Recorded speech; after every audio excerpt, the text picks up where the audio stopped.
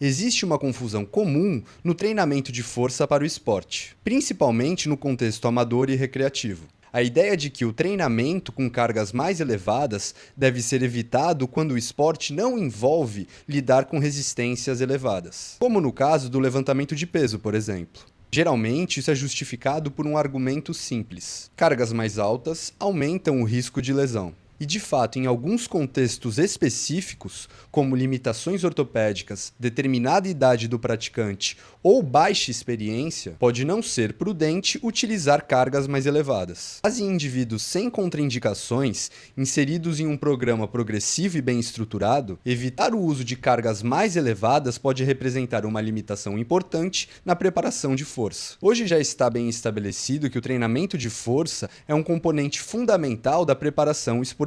Mas talvez a questão atual não esteja mais apenas na adesão ao treinamento de força. Pode estar na falta do aproveitamento de algumas estratégias que ele pode oferecer. E falando mais especificamente, o ponto deste vídeo é falar da negligência do desenvolvimento da força máxima para a construção do desempenho esportivo. Na prática, é comum observar em alguns programas de treinamento de força para o esporte foco demasiado em exercícios que simulam o gesto esportivo, muitas vezes com alta instabilidade, predominância de cargas moderadas e repetições mais elevadas, e uma centralização quase exclusiva em estratégias de hipertrofia. Essas abordagens podem ser válidas em determinados momentos. Porém, quando utilizadas como base predominante, esses focos podem limitar o aproveitamento que pode ser obtido pelo treinamento de força. Mas existe um ponto importante aqui. O uso predominante de cargas moderadas não é por si só um problema. Elas podem promover ajustes relevantes. O problema está em utilizá-las como base quase exclusiva do treinamento. Isso porque o desenvolvimento da habilidade do sujeito produzir máximo de força pode ser melhor estimulado com o uso de cargas mais elevadas. Isso é reforçado, por exemplo, pelo recente posicionamento oficial do Colégio Americano de Medicina Esportiva, que destaca pesos iguais ou superiores a 80% do máximo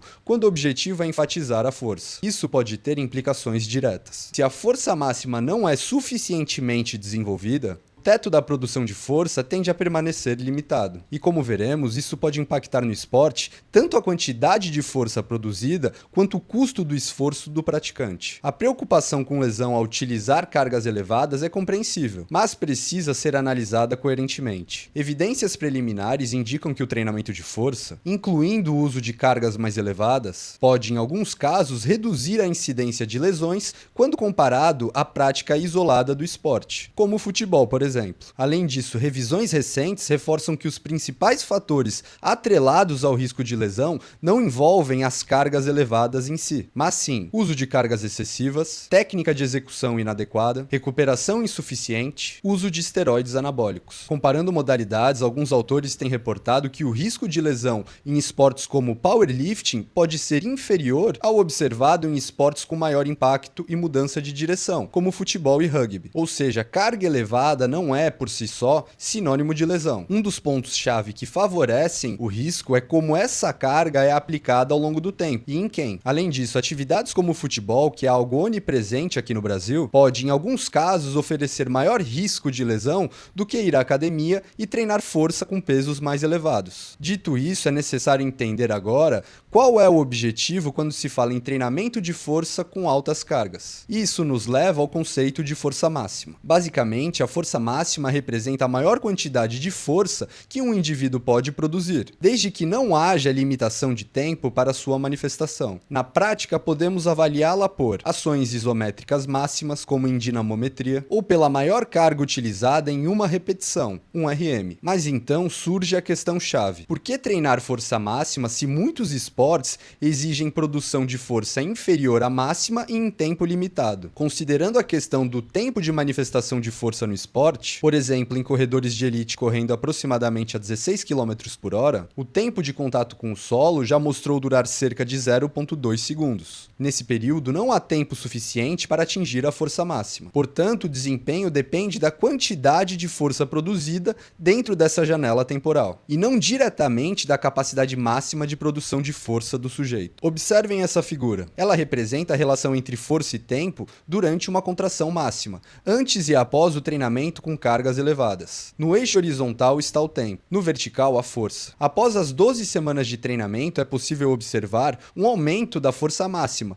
visível nas regiões finais da curva. O último ponto da curva saiu de aproximadamente 3.400 newtons e foi para aproximadamente 4.000 newtons. Mas não apenas isso. Também ocorreu o aumento da força produzida em tempos menores, como entre 0,2 e 0,3 segundos. Neste período, produzia-se aproximadamente 2.900 newtons, e depois do treinamento passou a produzir aproximadamente 3.400 newtons. Ou seja, o treinamento com altas cargas mostrou aumentar não apenas a força máxima, mas também a força produzida em intervalos de tempos inferiores ao necessário para sua manifestação. Retomando o exemplo da corrida 16 km por hora, que apresentou um tempo de aplicação de força no solo de aproximadamente 0,2 segundos, isso pode significar maior capacidade de produção de força contra o solo dentro do tempo de contato, favorecendo o quanto o atleta gera de impulso propulsivo nessa atividade. Porém, em estágios mais avançados de treinamento,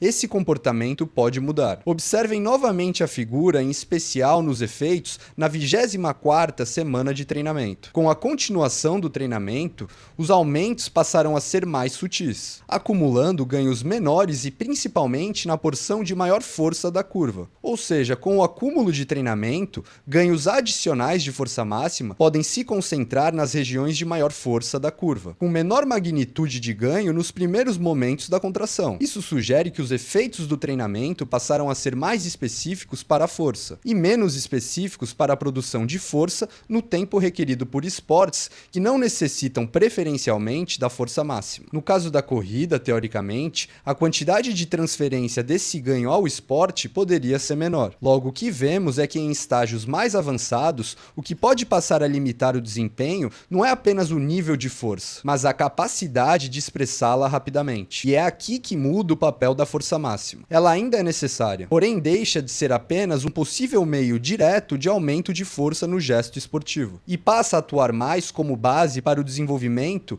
de outras capacidades. Isso nos leva ao treinamento de potência, que em muitos contextos se manifesta por aumentos na taxa de desenvolvimento de força, especialmente nos estágios iniciais da contração. Observem agora essa outra figura após o treinamento de potência. Diferente das anteriores, o principal ajuste aqui não está no valor máximo de força comparado à outra foto, mas nos ganhos de produção de força na curva desde os estágios iniciais da contração. Ou seja, isso enfatiza o aumento da capacidade de produzir força mais rapidamente ao longo de diferentes tempos de contração. Na prática, isso pode significar maior capacidade de produzir níveis mais elevados de força no tempo específico exigido pela modalidade. Sendo assim, em estágios mais avançados, o treinamento de força máxima pode passar a ter um papel mais condicional, manter a base da curva força-tempo para favorecer a realização mais eficiente do treinamento de potência. E assim, aumentos da habilidade de produzir determinada força mais rapidamente. E isso, no geral, está alinhado às necessidades de diversos esportes que não envolvem altas resistências. Por outro lado, a redução da força máxima pela falta de estímulo específico pode levar a uma queda global da curva, prejudicando a capacidade de produção de força em qualquer ponto do tempo. Um outro ponto importante que o treinamento com cargas elevadas pode influenciar em termos de desempenho não envolve diretamente a maior produção de força no esporte, mas o impacto na exigência relativa. Se um indivíduo tem força máxima de 100 newtons e precisa produzir 50 newtons na modalidade, ele está utilizando 50% da sua capacidade. Se essa força máxima aumenta para 120 newtons, os mesmos 50 newtons passam a representar cerca de 42%. Ou seja, a exigência relativa diminui. Essa diminuição da exigência relativa, por exemplo, pode reduzir a necessidade de recrutamento de unidades motoras de alto limiar para uma mesma tarefa. Em outras palavras, em determinada intensidade do exercício em modalidades cíclicas como corrida e o ciclismo, pode oferecer uma menor dependência relativa do uso de fibras fibras musculares de contração rápida, com maior contribuição no trabalho das fibras de contração lenta, as mais resistentes à fadiga, algo que deve caracterizar um trabalho muscular mais resiliente à perturbação metabólica e a possibilidade do prolongamento do exercício sem perder a eficácia. Isso pode ajudar a explicar os achados de alguns estudos sobre a relação entre o treinamento de força e aperfeiçoamento do desempenho de endurance, como na corrida, mesmo sem alterações diretas de determinantes fisiológicos como o VO2 max. Ou seja, não desenvolver a força máxima